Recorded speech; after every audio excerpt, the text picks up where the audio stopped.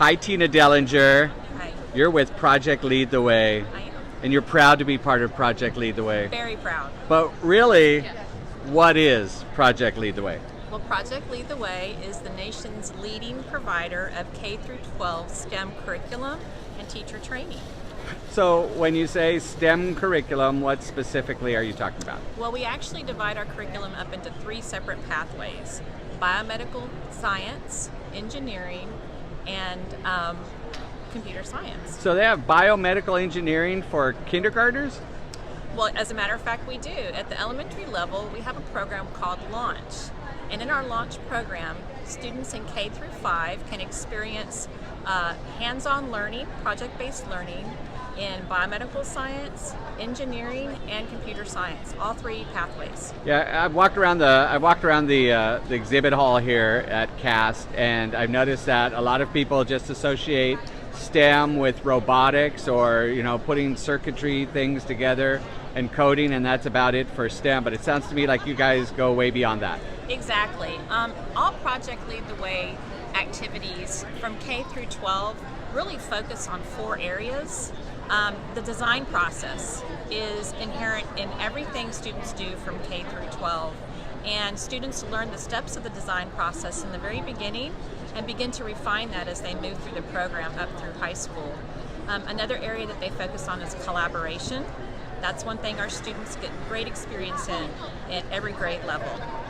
They also focus on the use of technology. So even starting in kindergarten, students will be using technology to create the projects and to solve the problems.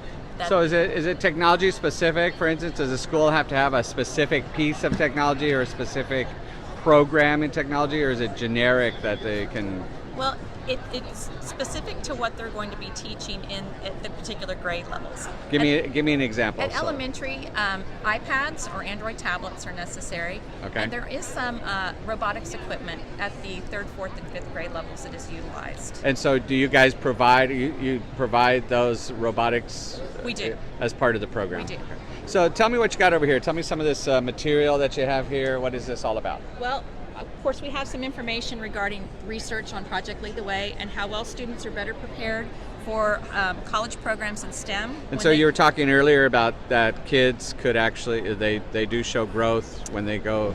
Yes, research has shown that students that go through Project Lead the Way programs stay in college at a higher rate, they graduate earlier, and they're more successful in STEM programs at the college level. Do you think it's, and now I know you work for Project Lead the Way, so you're probably going to say it's Project Lead the Way, but do you think it's Project Lead the Way specific, or is it that they're doing project-based learning, which is a better way of teaching concepts? Well, it's both. It's the project-based learning is certainly very important, but it's the way in which Project Lead the Way implements it, and more importantly, the way they train teachers to utilize it in the classroom. So how's that different than a typical project-based learning situation? Teachers in a Project Lead the Way core training typically spend 2 weeks preparing to teach the course that they're going to be teaching.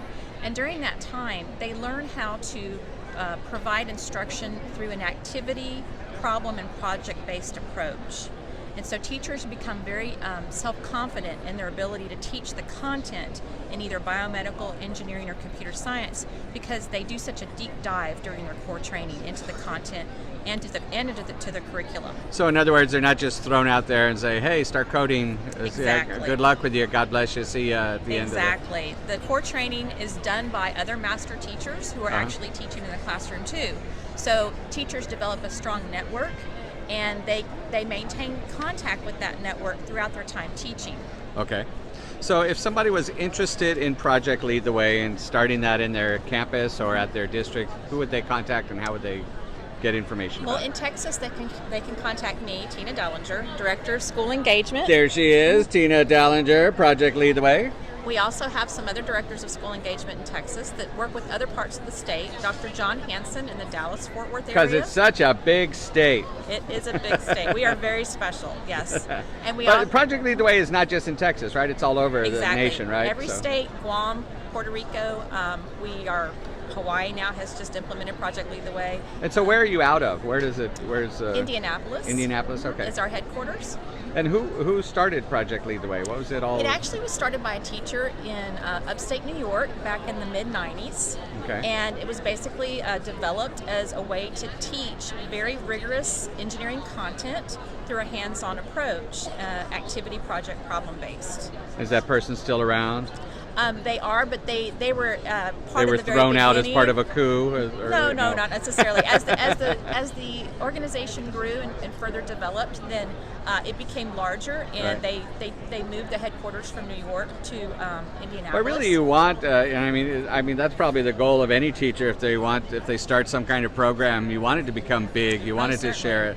Yes, it was. It was very small and in the Northeast to begin with, and now it's nationwide. So there's obviously something that works about it. Okay, so what kind of costs are we talking about here for Project Lead the Way? Is it like a crazy $1 billion kind of thing? No, not at all. In fact, it really depends on what level you're implementing and what courses you're going to be implementing. Computer science is actually a very inexpensive pathway to implement because all that's really required are the computers and, in some cases, the Can they do iPads or computer laptops. science on iPads? Is that? Well, they use PCs, but they'll also use tablets for programming for their applications. Okay. So in some cases, those are required. But we do have certain opportunities to start engineering programs that are actually very cost effective. Okay. Tina Dellinger, what's the website for Project Lead the Way? www.pltw.org.